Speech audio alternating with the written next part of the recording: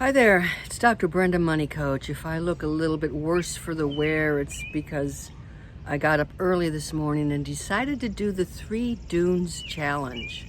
I'm at Indiana State Park, and I should know this about myself by now. The minute you put the word challenge in front of everything, I'm there. So I'm like, okay, I'm out of shape. This is a good way to get myself launched into a healthier mode. And took my time. I certainly did. It was tough. Climbing up sand dunes. Yeah, every foot up, you lose a couple of inches sliding back down.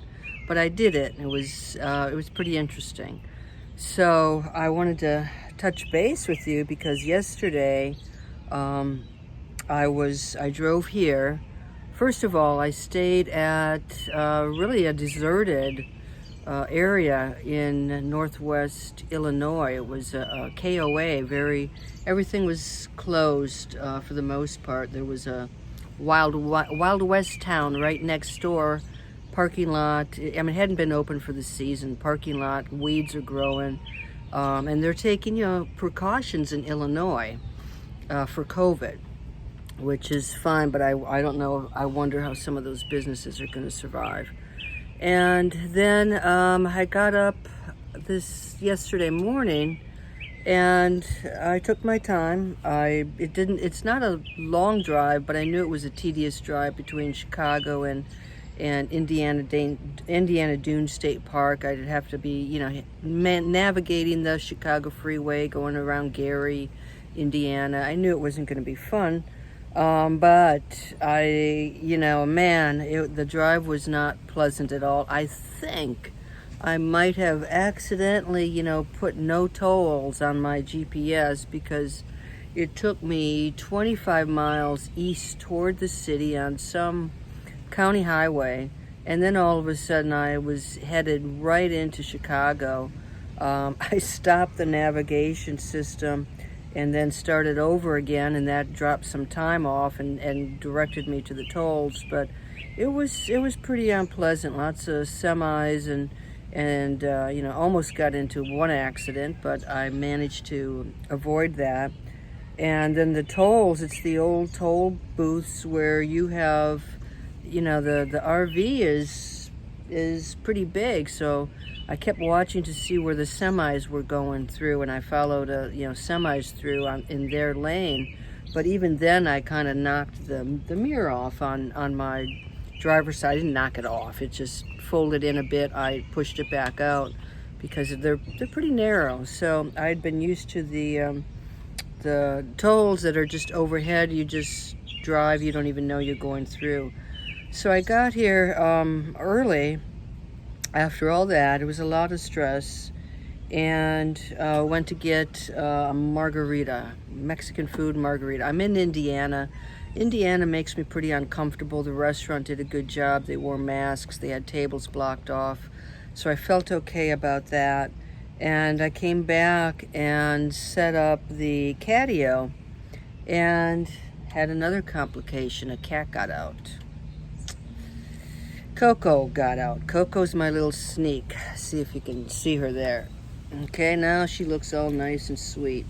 But I'm on a cement pad. Part of this is on a cement pad. I don't know if you can see that corner there. And so that corner lifts up a bit, and probably because I was so tired out.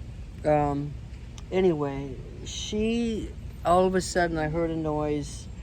And saw her popping out of that corner.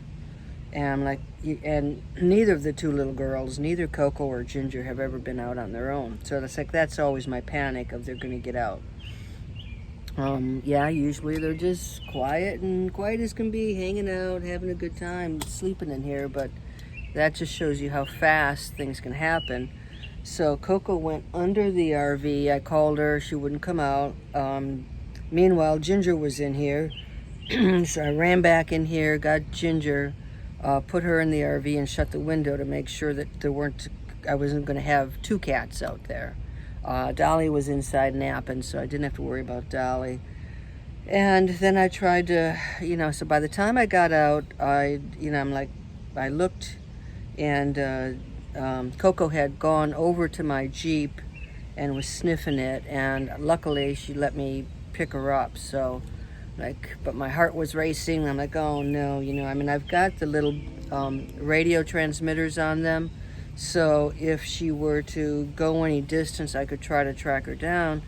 But trying to track a cat down and trying to get them to come to you, especially as it gets later in the evening, is not good. I don't leave them out here when it gets darker because they do get a little bit more rambunctious.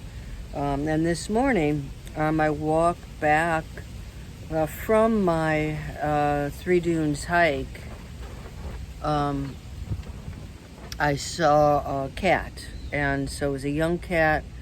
Took some photos, tried to call it over to me, had a bell, so I think somebody lost their cat. And I could not coax the cat toward me, so I hope that it's somebody who's in the campground who can still get the cat, not somebody who had to abandon their cat in the campground. It happens a lot with, I think, cats and to some extent dogs. So it's frightening, but they're all three of them are here. And I'm here until Friday. It looks like I've got good weather for today, some rain coming in, so then I'll be taking some of this down again.